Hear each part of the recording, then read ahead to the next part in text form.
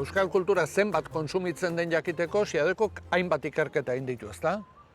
Bai, Zabalenak Euskal Herri osorako egindakoak, Elkar Fundazioak enkargatuta 2017an egin genduna, eta geroztik Eusko Jaurlaritzako kulturaren Euskal Behatokiarentzat azterketa bat egiten dute kultur ohituren inguruan, 5 urtez behin, eta azken 2 ediziotakoak, 2018koa eta 2023koak Siadekok eginak dira. Beti esaten da Euskal kulturak merkatu txikia duela. Hori horrela da. Hori hain zuzen ere, Elkarrentzat 2017an egindako ikerketako datuekin, neurria jarri genion merkatu horri. Eta hori egin genuen kontuan hartuta 3 praktika.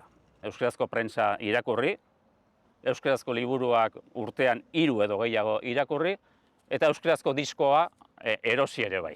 3 praktika horiek dituzten Euskal Herriko 16 urtetik gorako biztanleak, 50.000 biztanle inguru, herritar inguru edo. Hori izango litzateke nolabait asko kontsumitzen dutenen erdiko nukleoa. Nukleo gogorra. Nukleo. 50.000. Bai, hori da, lehen multzo hori. Bigarren multzoa, nukleo gogor horren periferian gertuenekoak, horiek dira beste 50.000 herritar inguru edo. Eta 3. multzoa, multzo zabalagoa, prentsa euskeraz irakurri ez, liburuak irakurri euskeraz bai, baino bakarra, eta diskorik erosi ez. 120.000 biztanle inguru edo. Beaz, 3 multzoak batuta, 200.000 biztanle inguru edo. 4 euskaldunetatik batek esan dezakegu kontsumitzen duela euskarazko kultura.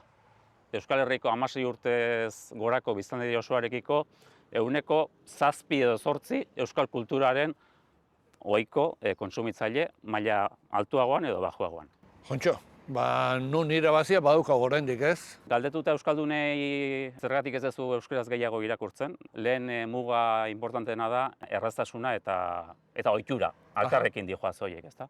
Kontuan hartu behar da, euskaldunen multzo hortan erderaz errazago hitz egiten dutenak gehiago direla euskaraz errazago hitz egiten dutenak baino. Eta gero beste faktore batzuk ere ateratzen dira, erderazko eskaintza zabalagoa izatea eta bar, baina ez halako indarrarekin. Eta gero ez ezagun ahaztu, globalizazioa, digitalizazioa, horiek ere euskal kultura esango nukenik momendik ezkutuan jartzen dutela, eta ze testuinguru soziolinguistikotan bizi garen. 4 euskaldunetatik 3 erdara nagusi den herrietan bizi da, ez orduan, ez ezagun hori ahaztu. Eta hala ere, adibidez Durangoko azoka batek urtean 900 nobedade baino gehiago aurkeztea, bada zerbait, ezta? Bada zerbait. Lortu beharko genuko horiek gehiago zabaltzea, noski. Ze erderaz gehiago irakurtzen dute baita euskaldunek ere? Bai. Euskaldunei bakarrik galdetuta, aisialdian euskaraz zenbat irakurtzen duten, euskaraz irakurtzen denaren doblea irakurtzen da erderaz. Musikarekin gauza bera gertatzen da? Irakurzaletasunekin ez bezala, musikan azken datuek diote euskaldunek euskal musika gero eta gehiago entzuten dutela. Hor beraz, indargune bat badugu. Bai, importantea. Pasa gaitezen edabidetara. Egunkariak eta aldizkariak irakurri, gero eta gutxiago, eta irakurtzen dituztenek digitalean. Telebista eta irratien konsumoak ere azken inkestan bajuago dira, hor beraka dijoa. Ze plataforma digitalak sartu dira tartean, ez? Indarra handiakin. Plataforma digitaletan arpidetutako herritarren portzentajea 5 urtetan bikoiztu eginda. 30%tik 63 edo. Emozioak sortarazten dituen kultur adierazpide bat bertsolaritza bada, eta hori inguruko herrialdetan ez dago.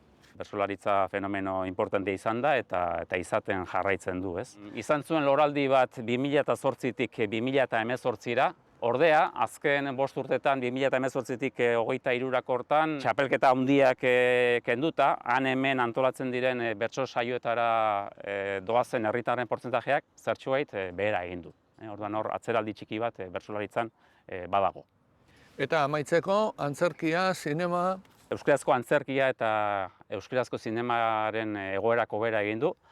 Hasteko antzerkian euskarazko antzezlanen eskaintza handitu egin delako, baita euskarazko filmena ere.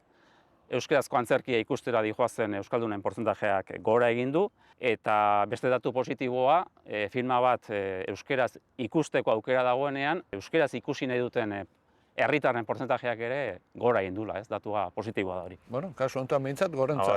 Bai. Beno, eta amaitzeko, ondorio gisa. Eragilei entzun izan diegu askotan euskal kulturak ikusgarritasun gehiago behar duela. Baina esango nuke horrekin ez dela nahikoa. Lortu beharrekoa da euskal kulturarako zaletasuna sortzea, ezta, sustatzea. Eta horrek eskatzen du, ez bakarrik euskal kultura espektakuluan geratzea, egia da espektakuluaren gizartean bizi garela, baina erronka da euskal kultura eguneroko praktikara, eguneroko bizitzara ekartzea, eta horrek beste gauza batzuk ere eskatzen ditu, ezta? Izateko modu bat, komunitate, nonbaiteko kide izateko modu bat, hori da erronka. Bai, saio honekin ere pitin bat lagutzen dugu bide horretan. Hala izan deila.